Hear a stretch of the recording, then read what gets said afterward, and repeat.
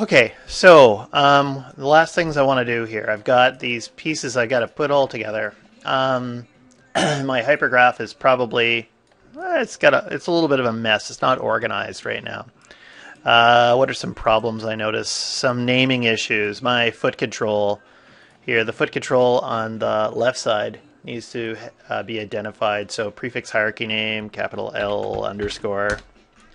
And there's my foot. I'm just going to hit G, capital L underscore. Okay. And upper body's okay. The arm, G. This is on the left side, so L underscore. I probably should have put a group on that. Well, whatever. I'll be fine. Do this thing here. G, L underscore. And there's the foot control on the other side. And that'll be an R underscore. And the foot group here, R underscore. And I got a couple more of these to go. And G, R underscore. And I think that's good enough for now. Okay, good. So now what I want to do is I want to make a controller for everything.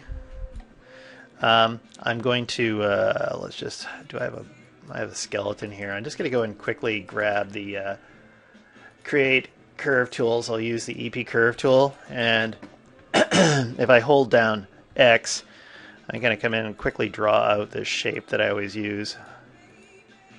I like this shape.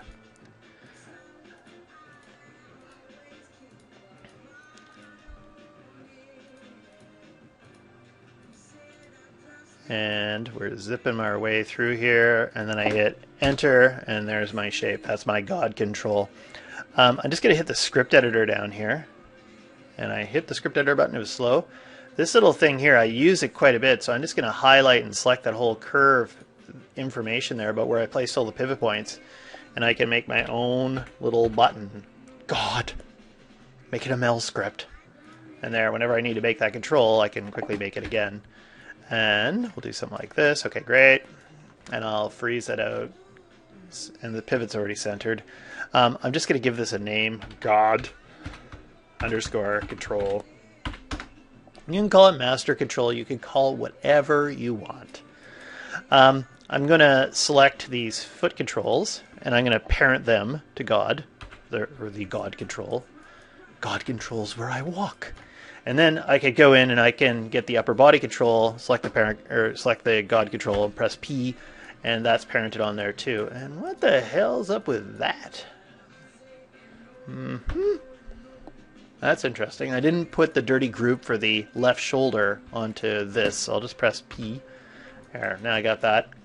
And you just kind of go in, and now you can rotate around and see what did I miss anything? Okay, so I missed back there on the foot, I wasn't watching. I noticed down here on my foot over here, let's find it. Notice that the foot wasn't moving. That's because I didn't put a constraint. So if I grab the foot control and I grab the right foot group, so the right foot and right foot group, and then I go constrain, parent constrain. Okay, so that's fixed. Okay, great. And our eyes weren't moving. Okay, so the eyes weren't moving, and the eye control up here. Okay, if I take a look, there's my eye control and my eye interest group. I'm just going to go in and group those two things. And if I were to parent them to the head control, okay, so now they should follow the head control whenever I move it around. Okay, that seems like a good enough place for them for now. And the eyes aren't moving at all. Okay, and I noticed that I skinned them earlier by accident. I'm just going to take the eyes, and I'm going to go ahead, and I'm going to group my two eyeballs. And I'm going to, so I hit Control G on the keyboard. I'm going to hold down D and V, and I'm going to middle click and pop that right here. Actually, what was I smoking right there? Did I just do something backwards?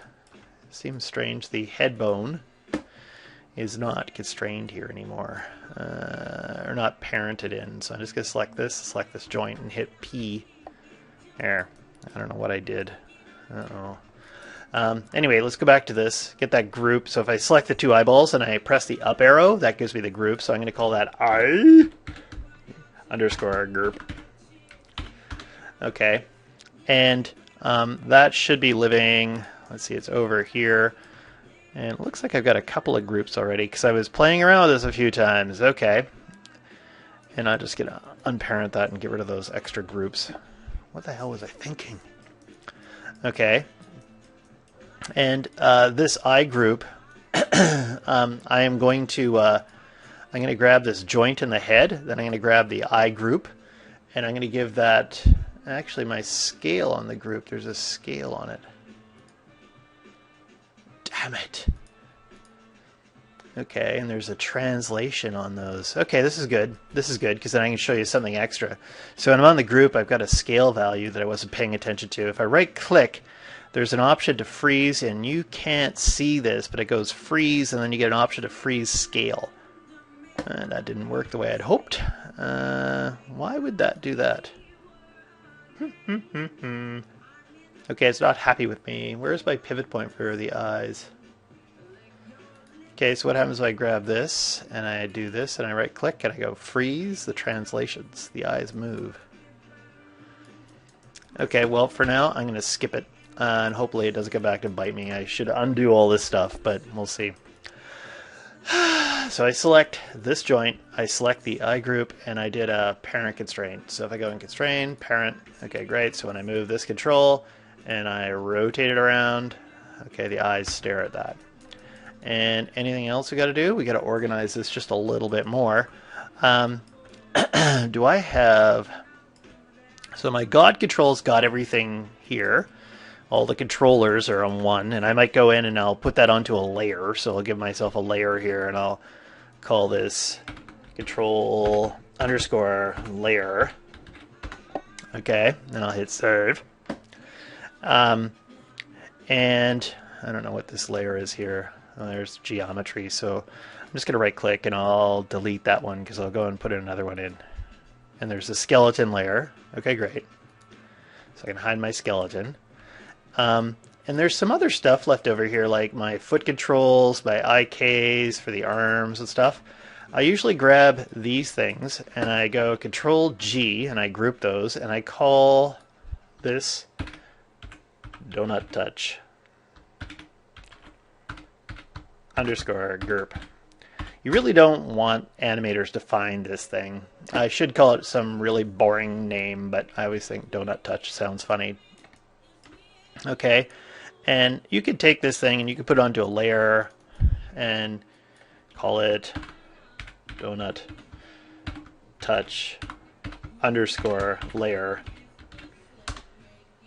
Okay, I hear some noises downstairs. I'm gonna have to hurry.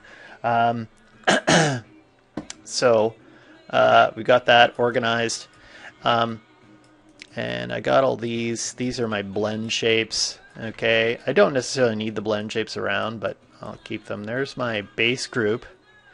I don't think I have anything else. There's my reference group. So I'm just going to take this base group, and I'm going to select my eyeballs, and I'm going to go Control G, and I'm going to call this Geo underscore GURP. Okay, and I'll give that a layer unto itself. I'll call that Geo underscore layer. Save. And I'm just trying to figure, okay, so that's my blend shape layer.